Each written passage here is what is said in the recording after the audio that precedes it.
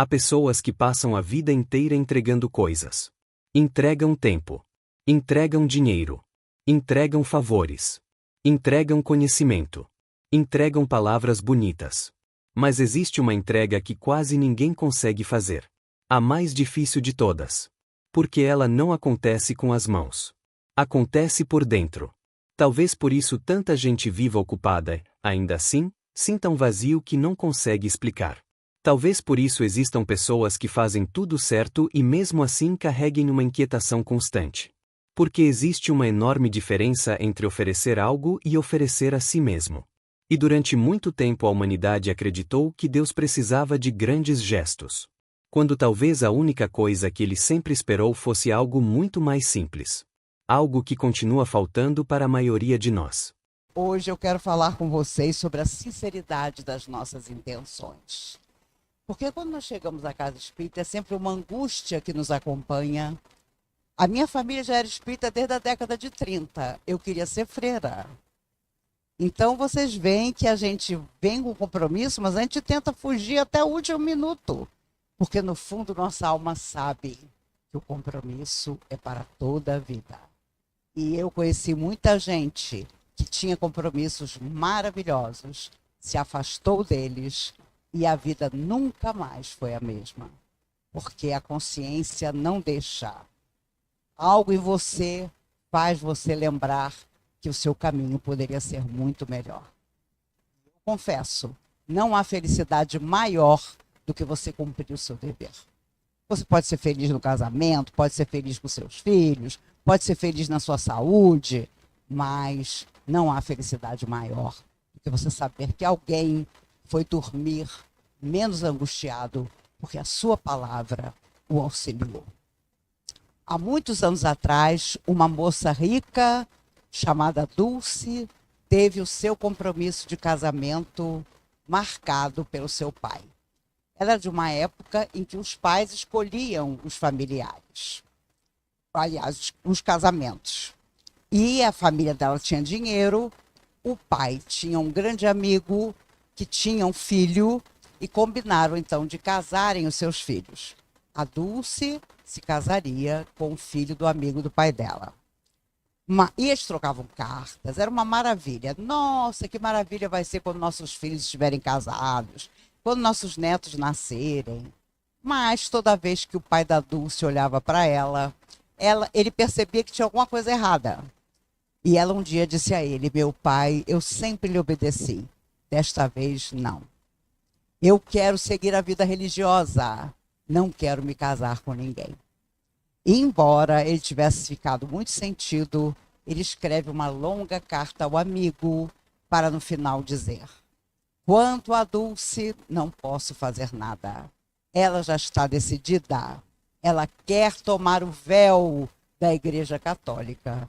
E o seu filho está completamente liberado para encontrar outra noiva. E Dulce fez isso. Tornou-se freira.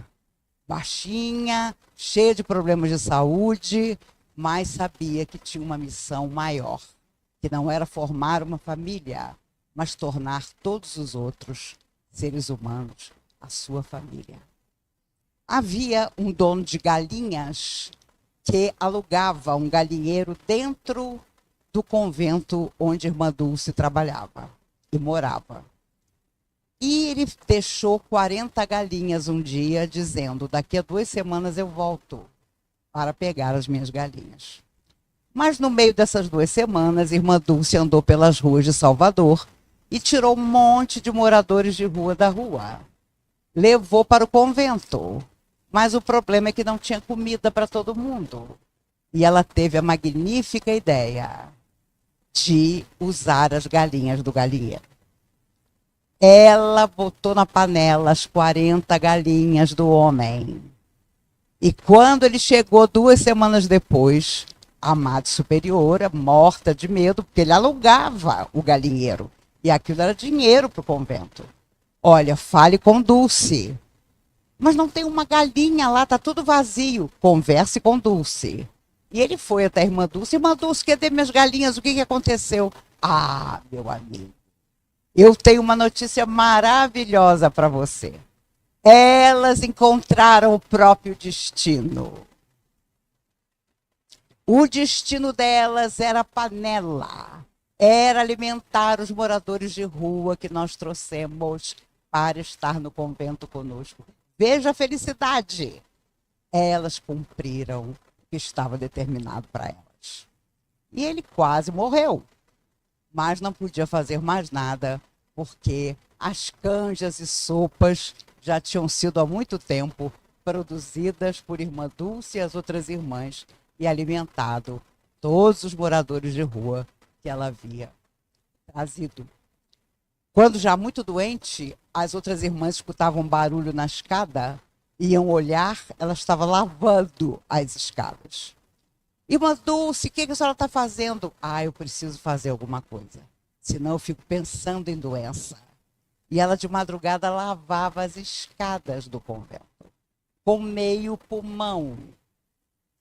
Dr. Bezerra de Menezes, depois da desencarnação de Irmã Dulce, contou a Divaldo Franco que ao chegar no mundo espiritual, recém-liberta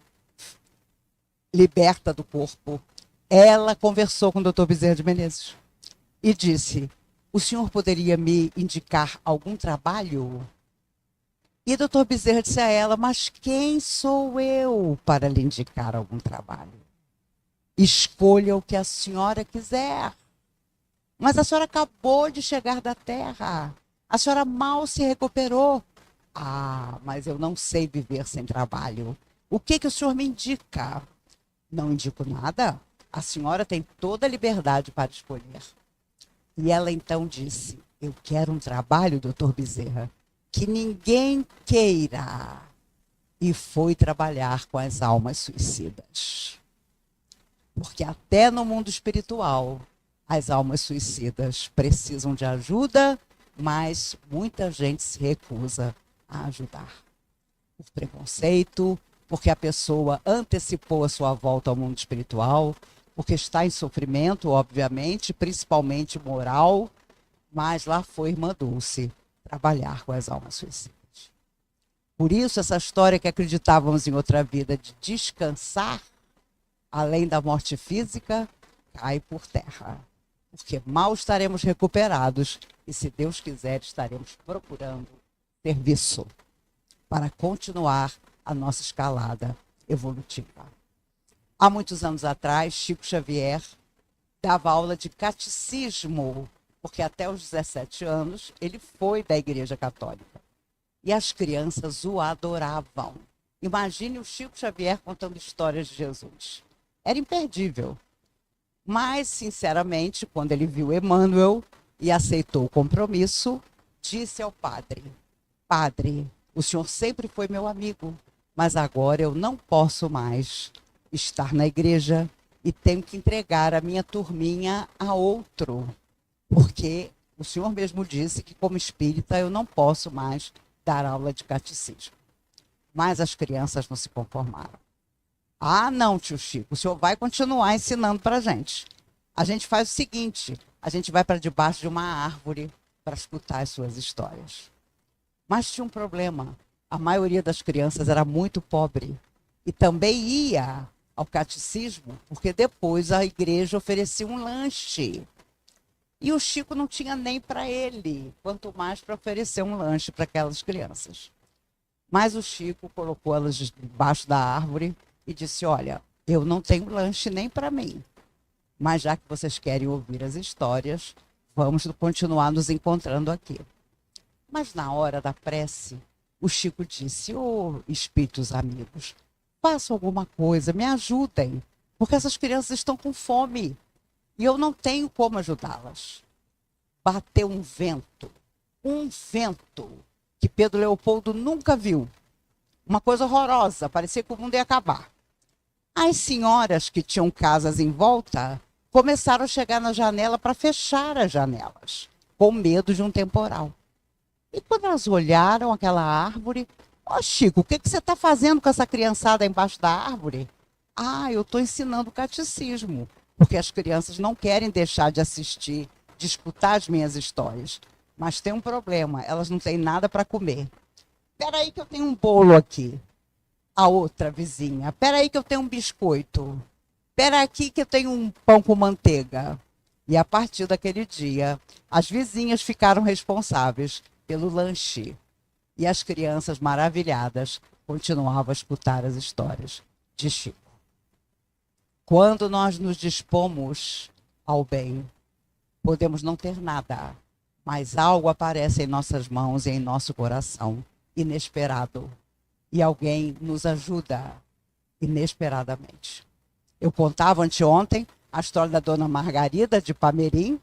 Ela tinha 6 amigas ricas como ela. Depois de uma profunda depressão, ela resolveu fundar um trabalho para crianças. As crianças aprendiam uma profissão e à tarde iam para o colégio. Mas eram só 7, ela e as 6 amigas. E não aparecia mais ninguém para ajudar, só as 7. E ela foi até o Chico. Chico, só tem 7, eu e mais 6. A gente tem dinheiro, mas falta voluntário. E o Chico sorridente: o quê, Margarida? Jesus com 12 mudou o mundo? E você acha que com 7 você não vai mudar Ipameri? E ela continuou a tarefa dela. No enterro dela, Ipameri e as cidades em volta, todas compareceram. E o trabalho existe até hoje. E não duvidemos, se nós ficarmos esperando a boa vontade dos outros, não faremos nada. Nem pessoas da nossa família quererão nos ajudar. Vão achar que é uma bobagem, que a gente tem mais coisa que fazer no final de semana. Agora, do outro lado da vida, as coisas vão, com certeza, se complicar. Porque, como Jesus disse, a cada um segundo suas obras. E nos perguntarão o que foi que nós fizemos das oportunidades de trabalho que, com certeza, nós desprezamos. Não tenhamos dúvida disso. Vocês podem me procurar lá, que eu vou estar testemunhando por vocês. Na verdade, o que a espiritualidade, tanto superior como inferior, faz é ver aquilo que nós fazemos. Quantas almas sofredoras eram nossas adversárias e hoje nos respeitam, porque viram que nós realmente nos decidimos ao trabalho. E quantas, apesar de terem problemas conosco de outras vidas, tiveram que admitir que nós estamos melhores. E ou melhoraram conosco, ou se afastaram de nós, seguindo outros caminhos. Porque quem não quer o bem, e se nós fazemos o bem, se afasta de nós. Vai buscar outros para perturbar. E olha, poucas épocas na humanidade foram tão cheias de perturbação como as que nós atravessamos agora. Quando a pandemia começou, eu disse à minha filha Mariana, que é psicóloga: Mariana, quando essa pandemia acabar, a humanidade vai ser muito melhor. E a minha filha, psicóloga, disse: mãe, vai com calma. Que alguma coisa me diz que não vai ser isso, não. E realmente não foi. Porque as famílias tiveram que conviver mais e descobriram coisas que estavam debaixo do tapete. Então, eu tive amigas que descobriram que os filhos não eram tão maravilhosos, inteligentes e educados como pareciam, quando a convivência era pouca. Tive amigos que imaginavam o melhor casamento do mundo e descobriram que o casamento já não existia na prática. Vi pessoas que eram corajosas ficarem sem coragem, achando que aquela situação toda nunca passaria. E ainda existe gente dentro da doutrina espírita que diz: ah, mas já que nós não aprendemos nada, vem coisa pior. Eu tenho certeza que não. Porque nós podemos aprender amando. Por que vamos aprender sofrendo? Sofrendo nós já vimos que não aprendemos. Porque todo mundo teve o seu pedaço. E é impressionante. Eu não tive Covid. Minha filha também não, e nem minha mãe, que tem 86 anos. Eu tenho amigas que dizem assim para mim, que tiveram: ah, vocês tiveram. É que vocês não perceberam. Eu falei: olha, com as minhas dificuldades de saúde, se eu tivesse tido Covid, eu tinha que ficar internada. Com certeza eu saberia. Mas hoje a inveja é você não ter tido Covid, é mole? É Com certeza. Amigas chegadas de mais de 40 anos de amizade me dizendo isso. Ah, você teve Covid, sim, é que você não identificou. Eu falei, olha, minha filha, eu sou diabética, eu tenho hipertensão. Se eu tivesse tido Covid, meus médicos tinham me colocado na UTI. Não tinha como resolver de outra maneira. Mas as invejas atualmente são assim. São de coisas ruins que você não teve e a pessoa te inveja pela coisa ruim, imagine pela coisa boa.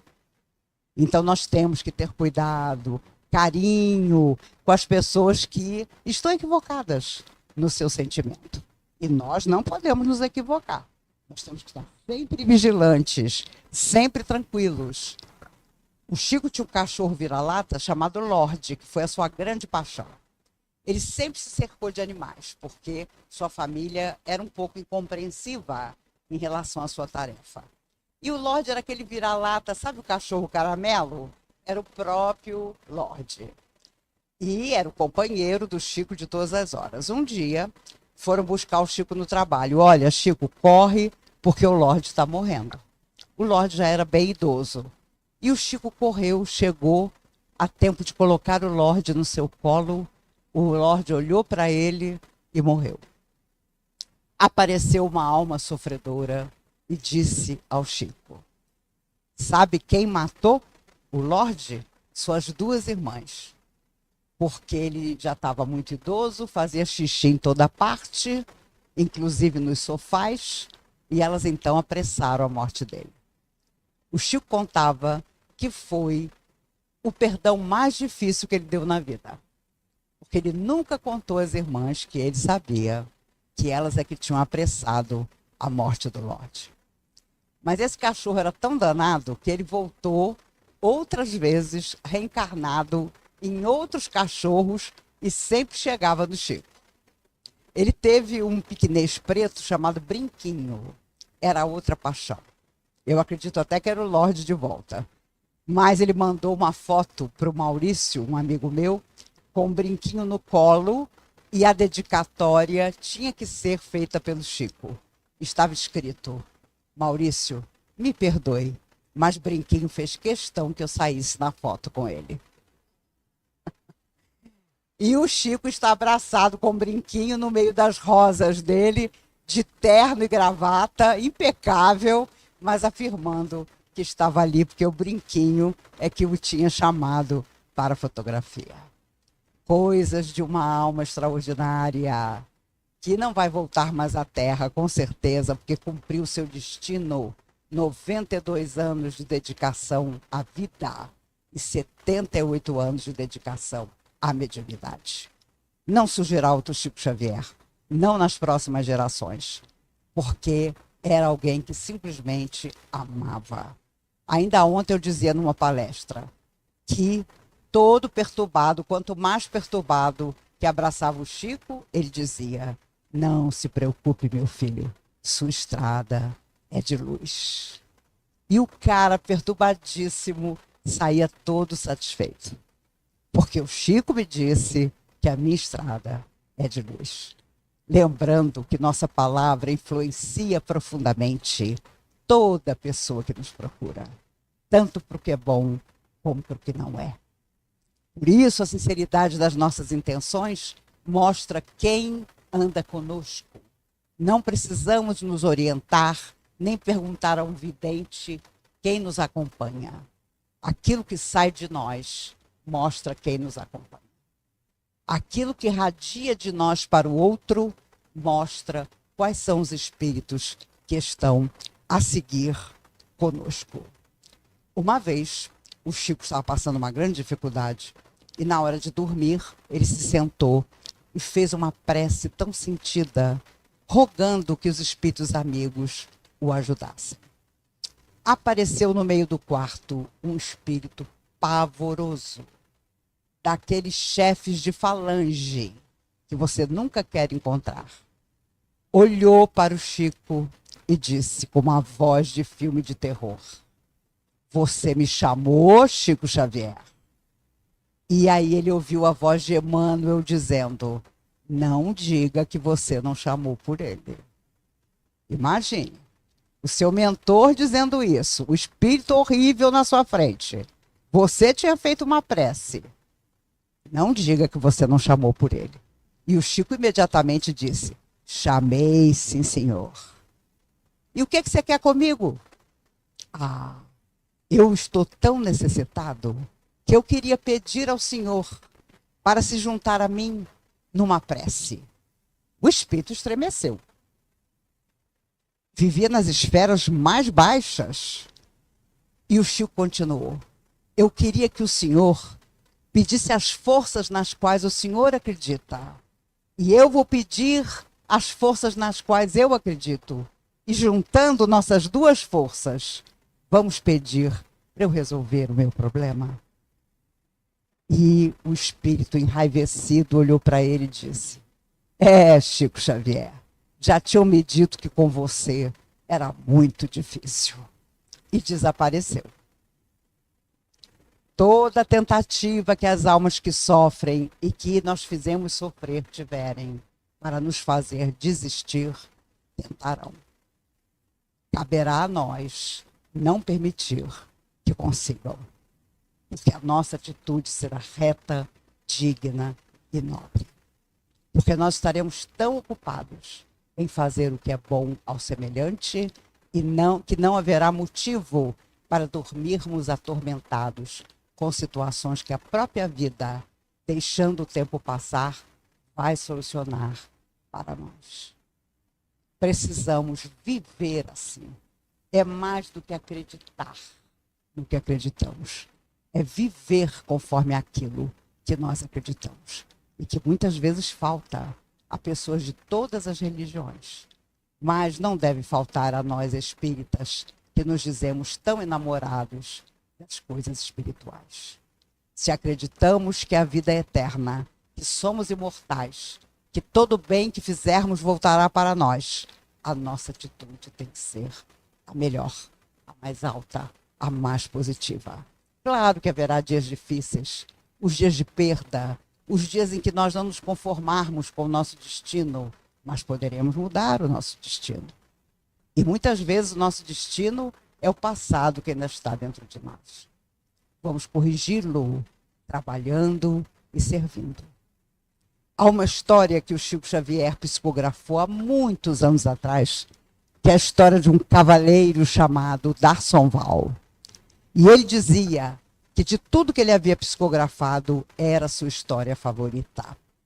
O cavaleiro D'Arsonval aliou-se ao barão que dominava as suas terras, chamado Godofredo de Bouillon, na época das cruzadas, e colocou a sua espada a serviço de Godofredo para tirar dos mouros as terras onde Jesus havia nascido. Eram as famosas cruzadas que levaram muitos anos e mataram tanta gente. As chamadas guerras religiosas. D'Arsonval se despede da esposa, dos filhos e sai do seu castelo para encontrar as tropas de Godofredo de Bouillon.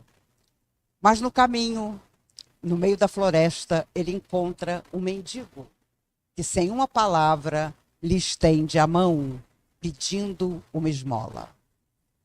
Ele, que se considerava um grande religioso, tira uma manta que estava no seu ombro e joga de longe, porque percebeu que o mendigo era leproso. Passa-se o tempo, ele volta ao castelo, no mesmo pedaço do caminho, ele encontra o mendigo, que lhe estende o braço novamente. Ele tinha ainda um pouco de comida do resto da viagem. Joga a comida de longe, que cai na mão do mendigo. E o mendigo recolhe a comida e ele segue até o seu castelo. Godofredo manda chamá-lo. Era a hora real da guerra. E ele vai e no mesmo pedaço do caminho ele encontra o mendigo, com a mão estendida. Ele procura alguma coisa, acha um broche ricamente colocado pela sua esposa no seu peito. Ele tira o broche, joga na direção do mendigo. que apanha o broche. Mas dessa vez D'Arsonval não voltou ao castelo.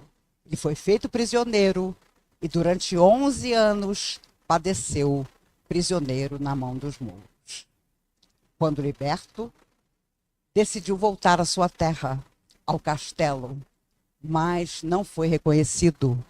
A esposa tinha dado pressa em casar-se novamente e os 2 filhos adultos tomaram conta da sua fortuna. E agora jogavam pedras para que ele não entrasse no palácio, porque ele também estava leproso, depois de 11 anos aprisionado. Ele então, seu cavalo havia fugido, ele não tinha mais nada, a família não o reconhecia, ele resolve voltar, sozinho, a pé, leproso. E no mesmo pedaço do caminho, 11 anos depois, ele encontra o mendigo. Mas pela primeira vez ele percebe que os 2 eram iguais. Ele também estava leproso. E corre na direção do mendigo para um abraço. Quando os 2 se abraçam, uma explosão de luz acontece. E ele escuta do mendigo: D'Arsonval, vem a mim. Eu sou Jesus, teu amigo. Eu te esperei tanto tempo. Eu te agradeço a comida, o manto, o broche, o cobertor. Mas o que eu queria mesmo esse tempo todo era o teu coração. No dia seguinte, os fazendeiros andando por ali encontraram o corpo de D'Arsonval, que sorria e estava morto. Porque sua última visão foi a daquele mendigo que, na verdade, era Jesus que o aguardara tanto tempo. O Chico chorava quando contava essa história para os outros, porque ele dizia: meu Deus, a única coisa que Jesus quer é o nosso coração. E é o que nós estamos recusando a ele até hoje. E é por isso que às vezes ficamos tão infelizes, porque as coisas não dão certo. E nós achamos que é o centro espírita que nós frequentamos, que não é bom. Aqui vocês não devem escutar isso, mas na comunhão, minha Nossa Senhora. Ah, não, eu não tomo mais passe, porque isso aqui é muito fraco. Mas quando você propõe trabalho, ah, meu Deus, a pessoa nunca pode. Agora porque os filhos são pequenos, agora porque ele tem uns netos. Agora porque os netos estão adolescentes, agora porque o filho vai para a faculdade. Agora porque ele já ficou idoso e a mulher quer conhecer as praias do mundo. E aí a morte chega e a pessoa não fez nada por ninguém. E aí, nossa, tá vendo? Você devia ter frequentado um centro melhor. Porque no fundo nós colocamos a culpa no outro. É tão fácil apontar o outro como responsável por nós. E nós sabemos que não é isso, porque Jesus afirmou a cada um segundo suas obras. Se nós pensarmos nisso todos os dias, nós teremos obras para apresentar. Ainda que pequeninas, ainda que parecendo que não valem, mas serve para aquele que vai ser beneficiado.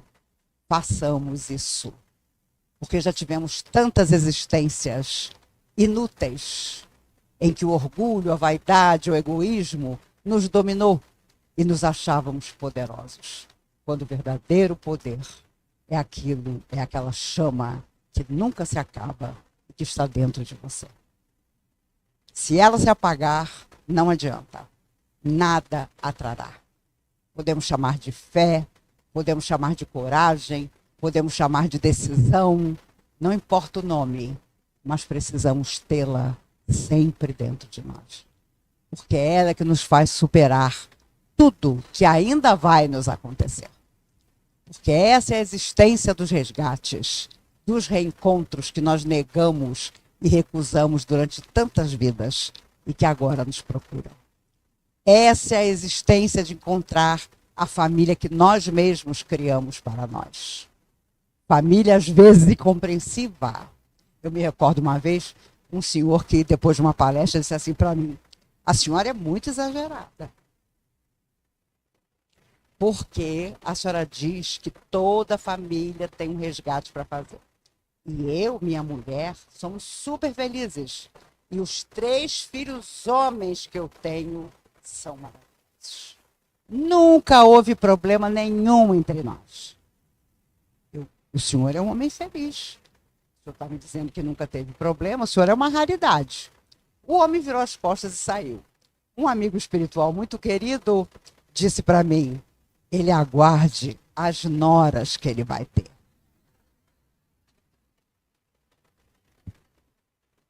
Não tem jeito, não tem jeito. O passado em forma de presente somos nós. Somos nós. E as pessoas são tremendas. Uma vez uma senhora disse assim para mim, o meu marido é apaixonado por você, mas a minha sorte é que você é gorda. Aí eu falei, minha filha, que sorte a nossa. Eu, porque não quero nada com seu marido. E você, porque eu sou gorda, e se eu não fosse, ele se apaixonaria por mim mais ainda. Mas para vocês verem a loucura da cabeça das pessoas. Porque as pessoas não têm nem simancol, como se falava antigamente. E a verdade é que quando nós olhamos para trás, percebemos que, infelizmente, muitos pais colocaram o encargo da educação dos seus filhos ao colégio, quando, na verdade, é em casa que começa a educação dos nossos filhos. É em casa que nós estabelecemos que o limite de um filho nosso é onde começa o direito do filho do outro. E é isso, basicamente, que está faltando em toda parte do mundo. As pessoas acham que podem fazer o que quiserem e que não terão consequências das suas atitudes. E por isso Jesus, inesquecível, nos lembra a cada um segundo suas obras. Para que nós não nos esqueçamos da responsabilidade imensa que nós temos, porque nos afirmamos enamorados dessa doutrina extraordinária que nos fala da alma imortal, da beleza de viver, de amar, de servir. E amanhã mesmo, todos nós estaremos fora do corpo de carne e vamos prestar conta dos nossos atos. Nos perguntarão se fomos felizes, mas também vão nos perguntar se fizemos os outros felizes. E parece que falta tanto tempo, mas 50 anos não é nada. E olha, como dizia Emmanuel, 100 anos é um relâmpago na eternidade. Passa depressa demais. Depois de uma certa idade é que percebemos como passa depressa a vida. Por isso ela é considerada um estágio. Ela não é permanente. Voltaremos quantas vezes forem necessárias. Mas, como dizia André Luiz, a oportunidade passa, mas a luta adiada volta sempre. Por isso, vamos estudar doutrina espírita. Vamos praticar doutrina espírita, que é a doutrina de Jesus. Vamos dizer aos outros que somos felizes, porque na nossa casa, todo coração pode encontrar alegria, esperança, bondade. Façamos o melhor do nosso tempo livre, que será sempre ajudar o nosso próximo. Caridade, onde estiveres, lenindo as dores de alguém, onde sirvas, onde fales, Jesus estará também. Eu agradeço demais por estar hoje aqui com vocês, nesse ano em que faz 50 anos que eu tremi fazendo a pequena palestra e achando que nunca mais ia fazer outra. Por isso, procurem nossos amigos, se voluntariem para o trabalho. Com certeza, todos vocês, nos próximos anos em que eu voltar para saber como vocês estão, terão muitas histórias maravilhosas para me contar. Que Jesus nos guarde, que nos abençoe. Agradeço a honra de ter estado com vocês e que um dia, no outro lado da vida, nos reconheçamos como fiéis servidores de Jesus.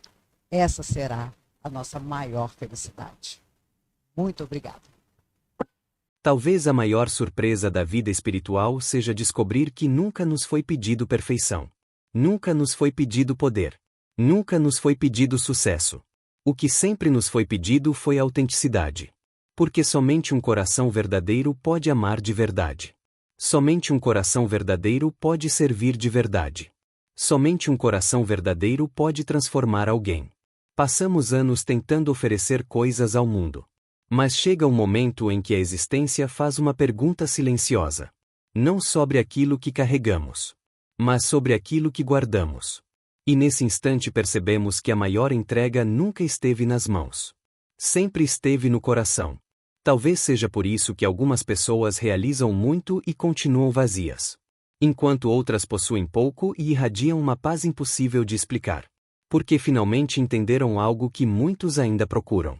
A transformação começa quando deixamos de entregar apenas o que temos e passamos a entregar quem somos.